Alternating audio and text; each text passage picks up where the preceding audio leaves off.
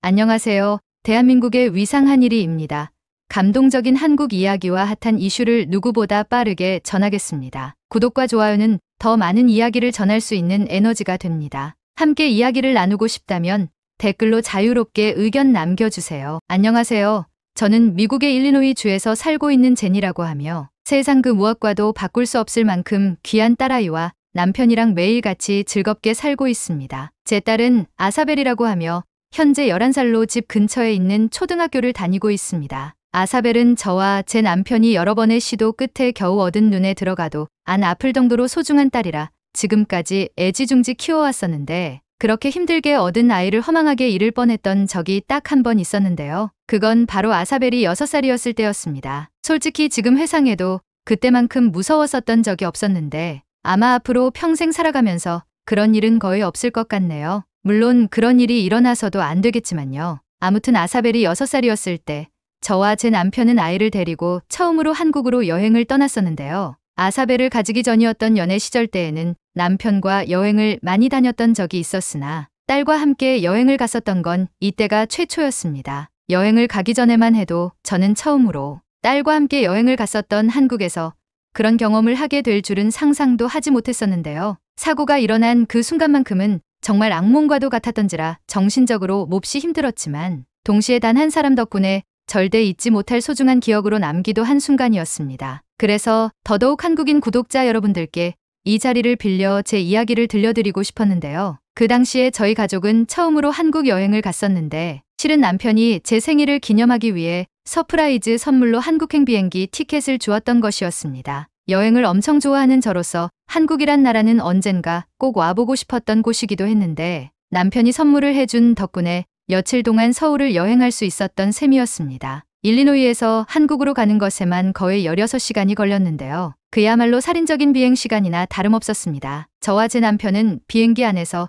아사벨이 쉼없이 울어대는 바람에 상공에서 잠도 제대로 못 자고 딸아이를 달래는 데에만 시간을 보냈습니다. 그렇게 저와 제 남편은 퀭한 눈빛으로 인천국제공항에 도착하였는데요. 피로가 많이 누적되었음에도 불구하고 처음 본 한국의 풍경은 제 피곤함을 단 한 방에 날려버렸을 정도로 제 기대치를 훨씬 뛰어넘었습니다. 어떤 점이 제 기대치를 뛰어넘었냐면 공항에서부터 질서정연하고 친절한 분위기가 매우 인상적이었을 뿐만 아니라 공항 내부에 쓰레기가 하나도 없어 깔끔한 모습이 매우 보기 좋았었습니다. 제 남편이 그 광경을 보고 굉장히 놀라워하는 표정을 짓기도 해서 제가 웃기도 했었는데요. 저희 가족은 그렇게 공항에서 나와 미리 예약해 둔 렌터카를 직접 몰고 숙소로 갔습니다. 저희 가족이 예약해 둔 곳은 영동의 한 호텔로 서울 중심부에 위치한 이 호텔은 접근성이 좋았으며 방도 깨끗하고 안락했는데 무엇보다 인상적이었던 건 영어에 능통한 호텔 직원분들이었습니다. 친절하게 영어로 호텔의 규정 또는 식사에 대해 설명해 주시던 모습이 아직도 기억에 남을 정도로 친절하였는데요. 또한 제 방 창문에서 내려다보면 서울 야경이 보이는데 그야말로 장관이 따로 없었습니다. 도시 곳곳에는 불빛들이 예쁘게 반짝이고 있었으며 특히 남산타워가 우뚝 서 있는 모습은 마치 영화 속 한 장면 같았습니다. 그렇게 야경을 보면서 가족들과 소소하게 담소를 나눈 뒤에 샤워를 하고 침대에 누웠는데요. 저녁 식사로 한국 음식을 많이 먹었더니 배가 부르고 피곤함이 밀려왔었습니다. 그러나 이상하게도 잠은 오지 않았는데요. 잠이 안 와 남편과 딸이 잠든 사이에 저는 창가에 앉아 SNS에 찍은 사진들을 게시하며 밤 공기를 느꼈는데 정말 모든 것이 완벽했을 정도로 너무 좋았습니다. 어디선가 이상한 냄새가 나기 전까지만 해도 말이죠. 처음에는 어디선가 이상한 냄새가 나서 그때까지만 해도 단순히 누군가 요리를 하다 태운 냄새겠거니 싶어 단순히 넘겨짚었는데요. 솔직히 불이 났을 거라는 생각은 전혀 하지 못했습니다. 하지만 몇 분이 지나자 냄새는 점점 더 강해지면서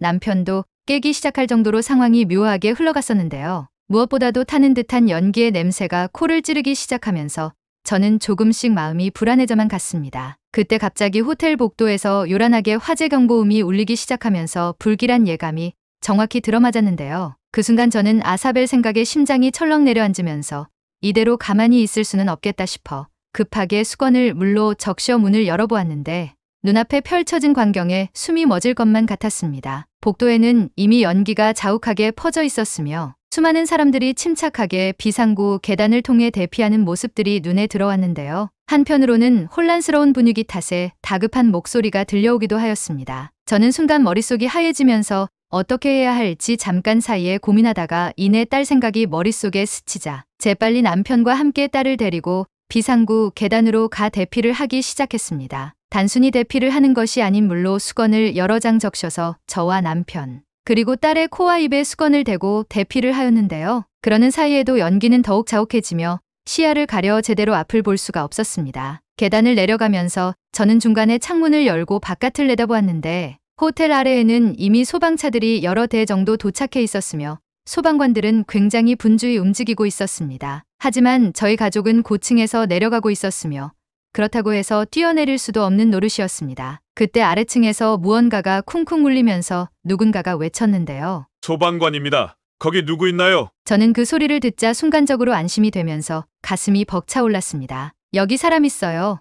도와주세요. 저는 짧은 한국어로 어찌저찌 소방관께 도움을 요청하였는데요. 사람이 위급한 상황에서는 초인적으로 능력을 발휘하게 되는 모양입니다. 평소에는 못 쓰던 한국어를 이럴 때 써먹을 줄이야 누가 감히 상상이나 했을까요? 조금만 기다려주세요.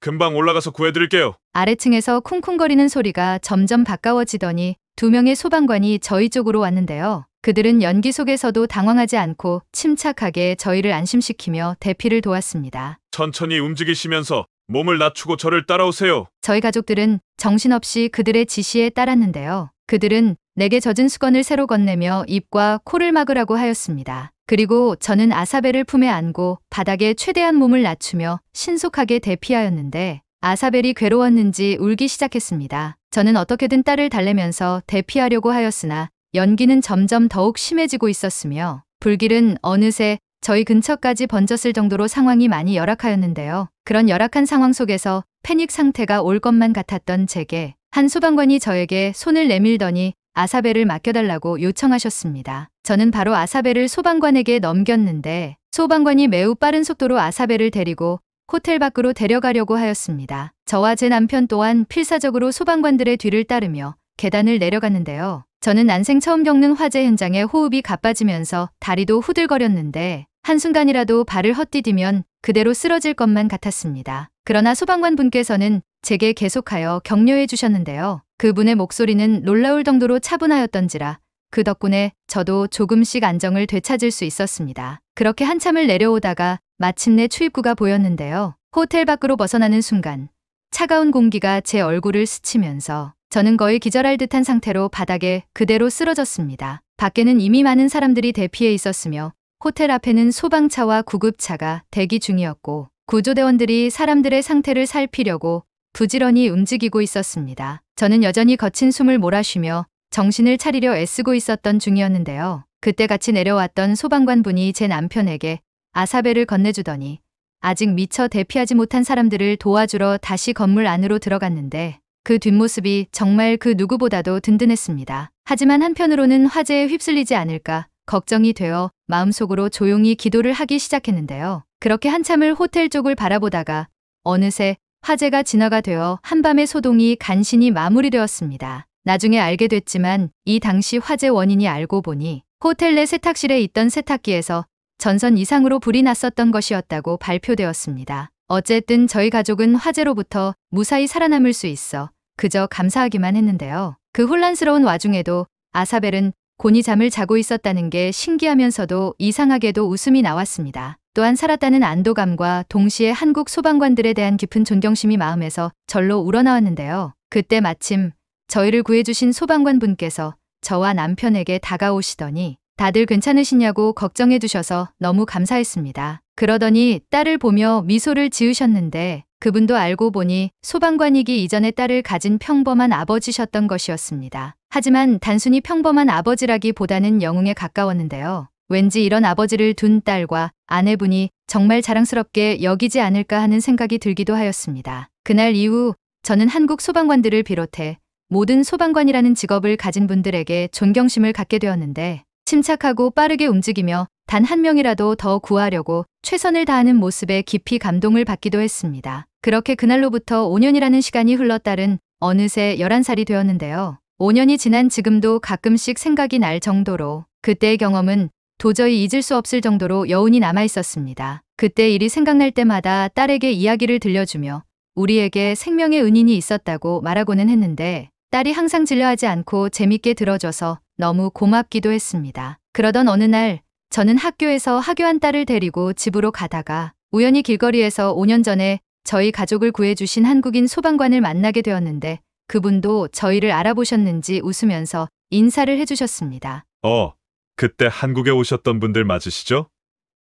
와, 여기서 다 보네요. 건강해 보이시는 것 같아서 정말 보기 좋네요. 저는 그분을 보고 그때 일이 생각나 괜시리 울컥하면서 너무나 감사했는데요. 그때 저희 딸을 안고 빠르게 대피해 주셔서 너무 감사합니다. 저희 가족 모두를 살린 생명의 은인이세요. 그때 아사벨이 제 이야기를 듣더니 나지막하게 소방관에게 말을 건넸습니다. 아저씨가 제 생명의 은인이신가요?